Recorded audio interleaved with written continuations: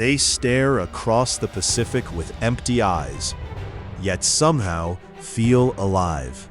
How did a tiny island create stone giants that still confuse the modern world? In the middle of the Pacific Ocean sits Easter Island, also known as Rapa Nui.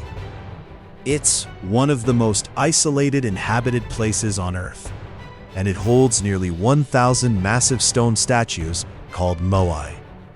Each one weighs tons. Some are taller than a 3-story building, and for centuries, no one could agree on how or why they were made. Origins of the stone faces. The Moai were carved by the Rapa Nui people between about 1250 and 1500 AD. They weren't gods. They were ancestors, carved to watch over villages and protect the living. Here's the wow part. Almost every Moai faces inland, not the sea. They were meant to look after the people, not guard against invaders. And that idea of watchful ancestors leads to the biggest mystery of all. How do you carve a giant from rock? All Moai came from a single volcanic quarry called Rano Raraku. The statues were carved directly into the rock face, then cut free. Some statues there are half-finished, frozen in time.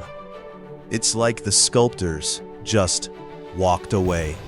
The stone was soft volcanic tuff, easy to carve but fragile. Which makes what happened next even more impressive. Because carving was the easy part, moving them was the real nightmare. Walking statues myth. For years, people imagined logs, sleds, or even alien help. But local legends said something stranger. The Moai walked. Researchers laughed at that idea until they tested it. With ropes and coordinated pulling, a standing statue can be rocked side to side and walked forward. No wheels, no beasts, just physics and teamwork. Turns out, the legends were closer to the truth than we thought. And once the statues reached their destination, the story got even deeper. The bodies beneath the heads. Most people think Moai are just giant heads. That's only because the rest is buried. Many Moai have full bodies underground, with arms, hands, and even carved symbols. Some are buried up to their necks due to centuries of soil buildup. Seeing one fully excavated changes everything. They're not just faces, they're complete beings. Which raises an important question. Why did they stop? Around the 1600s, Moai building suddenly ended. No clear goodbye. No final statue. One theory blamed ecological collapse. Trees were cut down, resources vanished, and society collapsed. But newer research suggests something more complex. The culture adapted, but European contact later brought disease and slavery, devastating the population. The statues weren't a failure. History just interrupted their story. Which makes their silence even louder. Eyes that watched. Originally, Moai had eyes, white coral with dark stone pupils. When eyes were added, the statue was believed to be spiritually activated.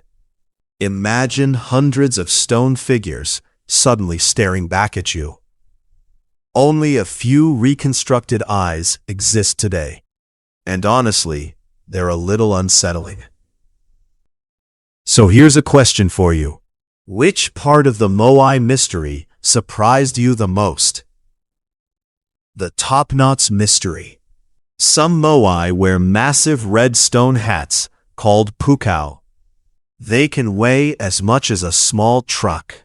These weren't hats at all. They likely represented hair tied in a topknot, a sign of power and status. The red stone came from a completely different quarry, meaning even more heavy lifting across uneven land. At this point, the Moai weren't just statues. They were moving monuments of identity. Fallen giants. Today, many Moai lie face down. Some assume earthquakes or neglect, but evidence suggests rival clans deliberately toppled them during conflicts.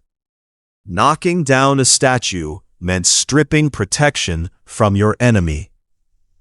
It was symbolic warfare.